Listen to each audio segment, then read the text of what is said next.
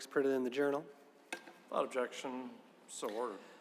Thank you. I rise today to sound the alarm here in the Senate for a problem that we are sure to be facing. I don't know if all my colleagues are feeling what I'm feeling and have been feeling for the last couple weeks, but we're heading for a cliff here in the state of Michigan. Now, many of you know about this cliff because you served in the House with me when we dramatically lessened unemployment benefits. We shortened the amount of time that people are eligible for unemployment benefits. We dramatically limited the amount of benefits that people are eligible for. And as a result, Michigan stands as one of the states that is least friendly to unemployed workers. I think that's a mistake. And I think that now, as we are moving towards, hopefully the end of this pandemic, this legislature has an obligation to get serious about reexamining our unemployment benefits, and we need to do it now. Many of our citizens, I think 1.7 million of them roughly, at one point claimed unemployment during this pandemic, and many of them were benefiting from a $600 a week federal payment that really was the lifeline that allowed them to keep food on their table, allowed them to keep paying their mortgages, allowed them to keep paying their car notes.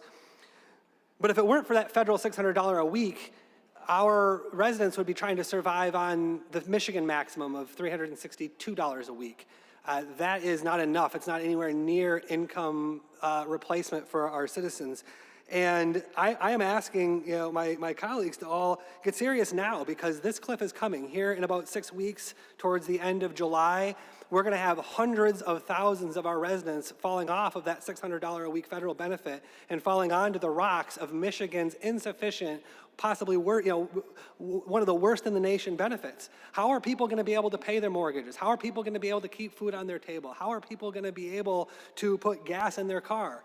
Right? We need to take a look at our unemployment benefits. And I don't want to be sitting here 4 weeks from now, 6 weeks from now, when this is a crisis. I wanted to sound the alarm today, because our residents need us to be staying one step ahead of these problems, and we've only got one step left. So please, let's take a hard look at unemployment. Our benefits are some of the worst in the nation, and this is going to become a real serious problem when the federal benefits expire very shortly. Thank you, Mr. President.